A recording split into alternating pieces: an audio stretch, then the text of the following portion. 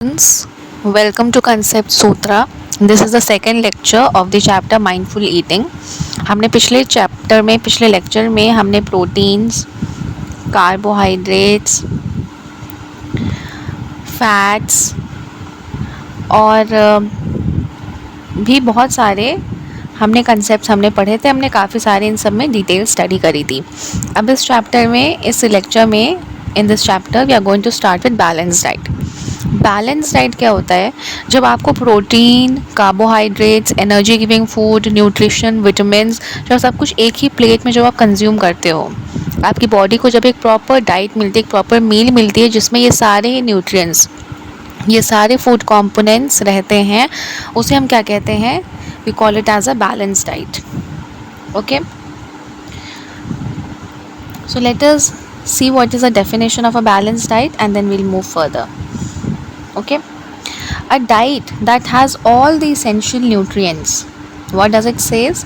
A diet that has all the essential nutrients, roughage and water in the right amount for proper growth and development of the body is known as a balanced diet.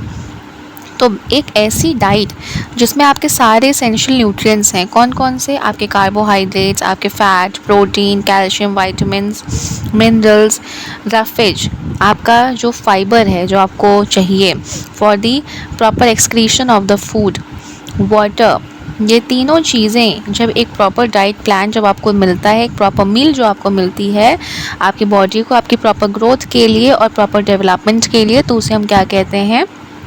We call it as a balanced diet. Okay, so that was a definition of balanced diet. Now here a nutritional information is given.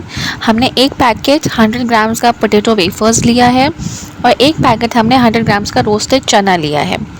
ठीक है, अब हम देख रहे हैं, आपने अगर food packets अगर आपने देखे हों तो उसके पीछे if you see at the back side तो वहाँ पर न्यूट्रिशनल इन्फॉर्मेशन दी रहती है. तो यहाँ पर भी उसी तरीके से वी हैव 2 पैकेट्स, तो इनका न्यूट्रिशनल इन्फॉर्मेशन गिवन है. सबसे पहली चीज़ पोटैटो वेफर्स, क्योंकि पोटैटो है and what is potato? It contains carbohydrates, तो ऑब्वियसली एनर्जी इसमें ज़्यादा होगी as compare to that of chana. Fat, again potato है ऊपर से वेफर फॉर्म में है, यानी कि फ्राई किया गया है. इट हैज़ घी और ऑयल, तो डेफिनेटली उसका फैट भी ज़्यादा होगा as compare to chana. Then when we talk about carbohydrates, okay, तो गुड कार्ब्स कितने हैं? 53 ग्राम्स हैं, whereas in case of chana वो थोड़ा सा ज़्यादा है. When we talk about protein, तो क्योंकि पोटैटो वेफर्स में इसमें आपको एनर्जी गिविंग फूड ज़्यादा है, इट इज़ ऑयली, ठीक है, तो इसका न्यूट्रिशनल इन्फॉर्मेशन थोड़ा सा कम हो जाता है, तो इसमें प्रोटीन की मात्रा कम है. So you just have 7 grams of protein, whereas in that case of 100 grams of roasted chana you have 18 grams of protein which is more than the double. फिर जो हम फाइबर की बात करते हैं, डाइटरी फाइबर, कि किसे खाने से हमारा डाइजेस्टिव प्रोसेस ईजिली होगा, हमारा एक्सक्रीशन जो बॉडी से वेस्ट का है वो ईजिली होगा, तो obviously that will be the case of roasted chana, क्योंकि चना में डाइटरी फाइबर ज़्यादा होते हैं as compare to potato wafers. ये कहीं ना कहीं ब्लोटिंग का, आपका ब्लॉकेज का काम करता है. It is not that good, it is not that rich in fibre. ठीक है,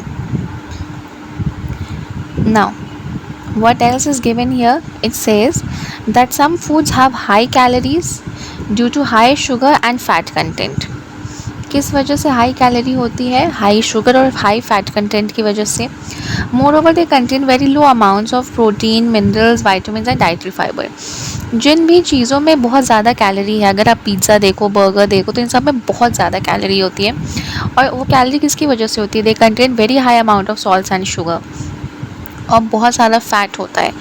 तो क्योंकि जब उसमें किसी भी खाने में जब शुगर की मात्रा या फैट की मात्रा जब बहुत ज़्यादा हो जाती है, तो उसमें जो प्रोटीन्स हैं, मिनरल्स हैं, जो गुड न्यूट्रिएंट्स हैं, वो कहीं ना कहीं कम होने लगते हैं. ठीक है, so these foods are called junk foods. ऐसे खाने को हम क्या कहते हैं? जंक फूड कहते हैं. तो यहाँ से we get to know the definition of a junk food.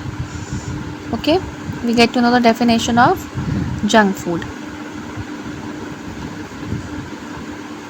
So what is a junk food? The foods that contain high calories due to high sugar and fat content and very low amounts of protein, minerals, vitamins and dietary fibers are called as junk foods. ठीक है, examples तो मुझे लगता है आपको पता ही होंगे. Next, consuming these foods frequently is not good as they are not healthy for our body. They make a person obese. Obese यानी कि बॉडी का वेट जो है एबनॉर्मली बढ़ जाता है. ठीक है, such a person may suffer from severe health problems. You should always remember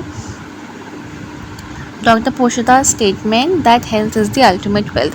जब आप बहुत ज़्यादा ये सब फूड कंज्यूम करते हो जिसमें बहुत सारा MSG होता है, very high amount of sugar, very high amount of fats, तो ऐसा फूड कंज्यूम करने से क्या होता है, आपका बॉडी का फैट जो है वो एबनॉर्मली इंक्रीज़ होने लगता है. ठीक है, तो जिसकी वजह से you may be prone to many diseases. Okay, now next we come over to millets. Okay, millets पर आते हैं. You may have heard of jowar, bajra, ragi and sanwa. These are native crops of India.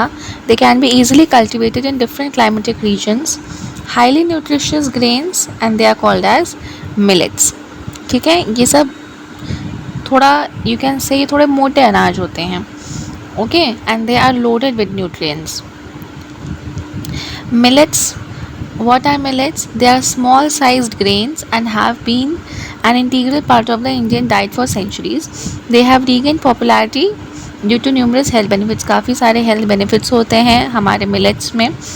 Very good amount of dietary fibres, vitamins and minerals are there, and that is the reason why they are also called as nutri cereals, and they contribute significantly to a balanced diet required for the normal functioning. अगर आप रागी, ज्वार, बाजरा, मेज़, अगर आप इन सब चीज़ों को आप consume करते हो तो what is it for? It is loaded with a lot of dietary fibers, good nutrients, so it makes you feel energetic and it also supplies a lot of nutrients. आपकी बॉडी को कहीं ना कहीं हर एक तरीके से बेटर फंक्शनिंग के लिए ये प्रोसेस करता है. Now what is next? It is food miles. Farm से, खेत से हमारी प्लेट तक खाना आ रहा है तो वो कैसे आ रहा है, उस प्रोसेस को हम क्या कहते हैं? Food miles. खेत में फार्मर इज़ ग्रोइंग वीट, उसकी थ्रेशिंग और विनोइंग हो रही है, फिर उसको स्टोर किया गया ग्रेन्स में, ग्रेन्स की ग्राइंडिंग हुई, पैकेजिंग हुई, अब तो पॉलिशिंग भी कर देते हैं. Then it is went to the retail stores and then from there we buy it and it comes to our plate. The entire distance traveled by a bag of wheat or any other food item from the producer to the customer. Producer से लेकर के consumer तक, producer से consumer तक आपका जो खाना आ रहा है वो जितना डिस्टेंस ट्रैवल करके आ रहा है उसे हम क्या कहते हैं? Food miles. Reducing food miles is important because it helps cut down the cost and pollution during its transport. जब कोई भी खाना थोड़े कम दूरी पर से आता है तो फिर जो ट्रांसपोर्टेशन कॉस्ट है, जो पोल्यूशन है जगह जगह का आ रहा है, तो वो कम हो जाता है, जिसकी वजह से लोकल फार्मर्स जो रहते हैं उनको भी सपोर्ट मिलता है. हमारा खाना कैसा रहता है? फ्रेश और हेल्दी रहता है. ठीक है,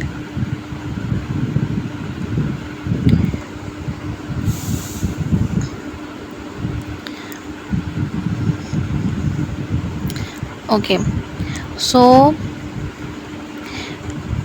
with this we have completed our chapter. यहाँ पर कुछ keywords given हैं, आप